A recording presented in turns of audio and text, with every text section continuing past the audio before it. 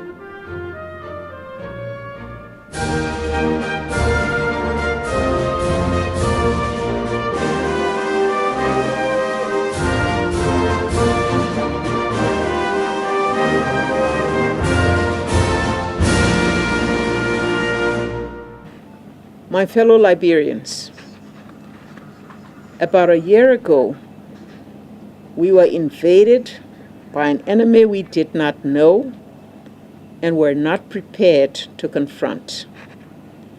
The deadly Ebola virus disease caused the deaths of many of our fellow citizens and robbed many more of their livelihoods. It overwhelmed our recovering healthcare system and threatened to reverse our economic recovery gains. There were terrifying projections of more deaths and the possible collapse of the Liberian state. In response, I asked you, my fellow citizens, to join in efforts to fight back. I counted on you to stand up with me in combating the disease and facing down the horrifying projections. Across superficial and perhaps historic divisions of our nation, we stood together. We came together, Christians and Muslims, youth and elders, religious, political, traditional, and community leaders, ordinary folks, teachers and students, drivers and passengers, public and private enterprises. We who have felt compelled to be suspicious of each other came to appreciate the commonality of our fate. Each, especially our brave healthcare workers, played important roles, with some going beyond the requirements of their duties to assist and save the lives of their countrymen and women. We adopted new behaviors, some of which run counter to long-held traditional beliefs and religious practices. By the end of the year, on December 31st, 2014, across the country, we met an important goal.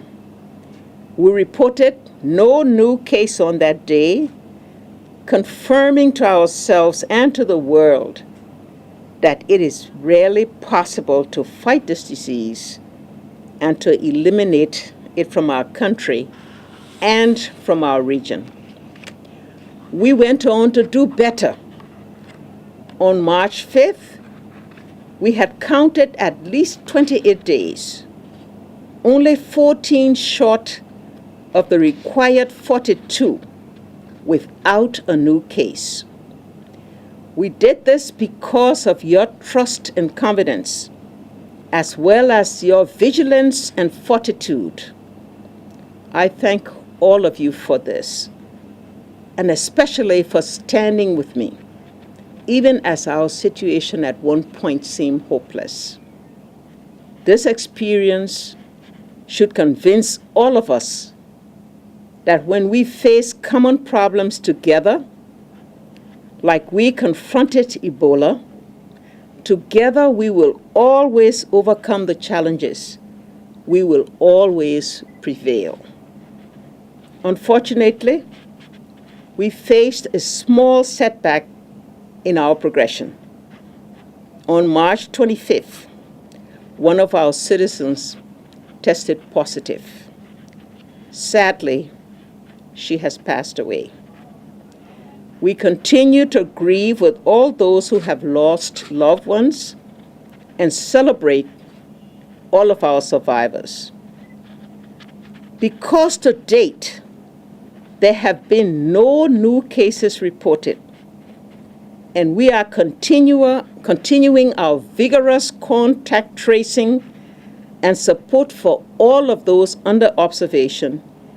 We have started a new countdown. I am confident that the Incident Management System team, which was set up to coordinate our response, and their local and international partners have the experience and expertise to contain and bring this outbreak to an end. The truth also is that we continue to learn and may still not know everything about this virus. I therefore call on all of you to continue to play your role, to adhere seriously to all of the preventive measures with which we are all very familiar, and to remain vigilant. Fellow citizens, as you may recall, we asked the world to join us in the fight against this virus. They continue to respond, and we are most grateful. We have also engaged World Partnership to support a regional effort that will set all 3 of our affected Mono River Union countries free of this disease. Accordingly, on March 3rd, the 3 leaders met with partners in Brussels and will meet with more partners again in Washington, D.C. this month to present our regional recovery program and seek their support. Although we are pushing for support for a truly regional recovery effort, because we understand the inescapable social, political, and economic linkage that exists, especially among our 3 countries.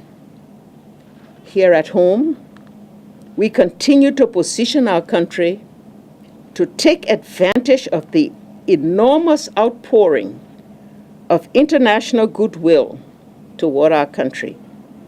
We continue to ask our partners to join us as we undertake the implementation of our post-Ebola recovery program. This, on our part, will call for more concerted efforts to reform our service delivery systems and transform the structures of our economy through national development plans and strategies that not only specifically respond to the epidemic, but are consistent with the goals and aspirations of Liberia's development agenda, the Agenda for Transformation and Liberia Rising 2030.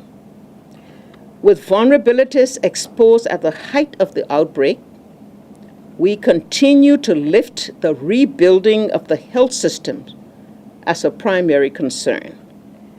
Toward this end, we are implementing a 10-year program of training of healthcare professionals, improving and expanding services at primary and secondary healthcare centers, upgrading county hospitals, and establishing 3 regional hospitals.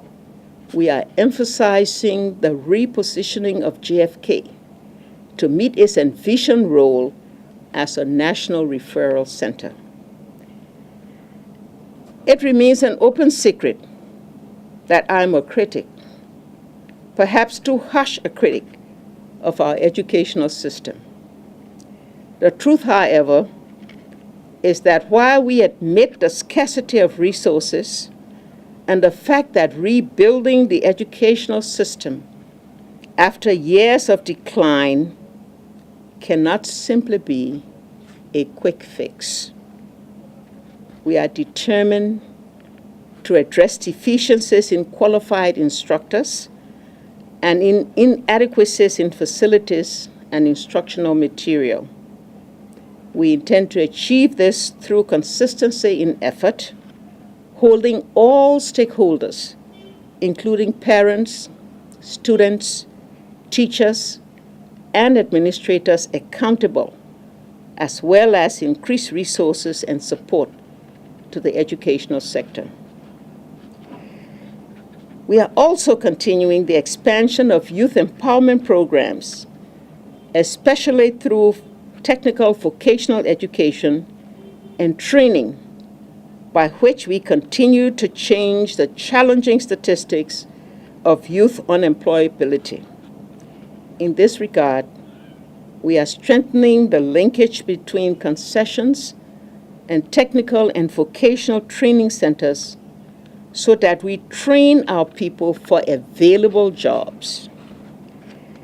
Notwithstanding the setback of Ebola, which saw the departure of contractors, technicians, and stoppage of concession operations, I am pleased with the progress in our infrastructure development.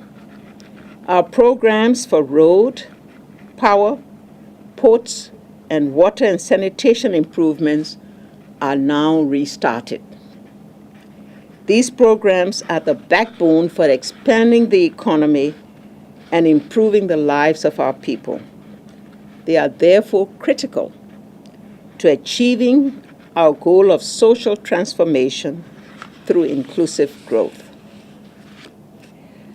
As an agrarian nation, our economic vision must increasingly shift to agriculture to ensure that we move away from the old system of enclave extractive industries.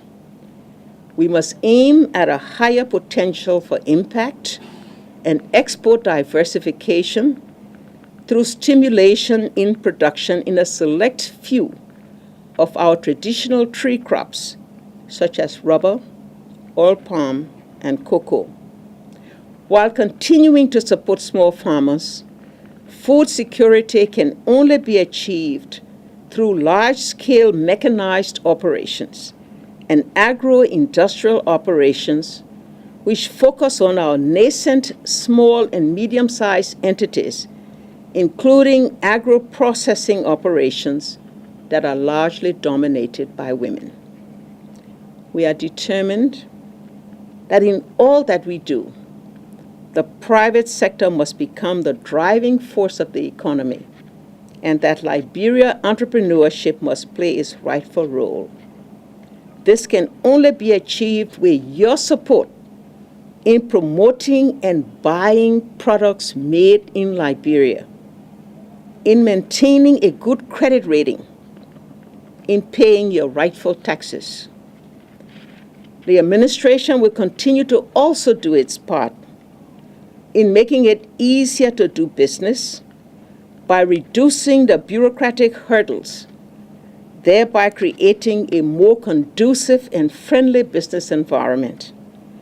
By ensuring that the tax regime is fair and allows businesses to expand, we will also continue to improve the infrastructure required for business success. Without a doubt, all of these plans and efforts will require a stable environment of peace and security, achieved through higher levels of support for ongoing security sector reform and for a stronger, open, and democratic society that helps us to continue the fight against corruption and injustice. As we continue to consolidate our democratic governance to guarantee our continued peace and security, so that as UNMIL draws down, and indeed they must, we can stand up and we salute all of our partners who have continued to support us in maintaining the peace. We especially applaud our Nigerian partners who in their recently concluded exemplary and history-setting elections have strengthened the resolve of all African nations to continue on the democratic path that ensures long-lasting peace and sustainable development across the African continent. We too are in the processes of deepening our own democratic credentials. In Banga, Bong County, at a conference to review issues of possible amendment to our Constitution, we are poised to take another important step toward our quest to deepen the ongoing transformation of the country. It is not often that the Constitution gets reviewed or amended. I therefore urge all Liberians to be fully engaged with the process and to keep our engagements constructive and respectful of the rights of others. As we work to achieve these objectives, the administration over the remaining years will need to be made stronger to underpin our determination for more timely and effective implementation of our overall development objectives. Dear citizens, as your leader, I will remain true to our cherished ideals. I therefore ask for your continued trust and confidence to help me get these important things done. I ask for the same unity of purpose across the useful diversities of our government and our society, the diversities which improves governance and make our society stronger. I ask all of you for the same spirit of community ownership and collective urgency as we embark on the road for post-Ebola recovery. May God bless Liberia and save the state.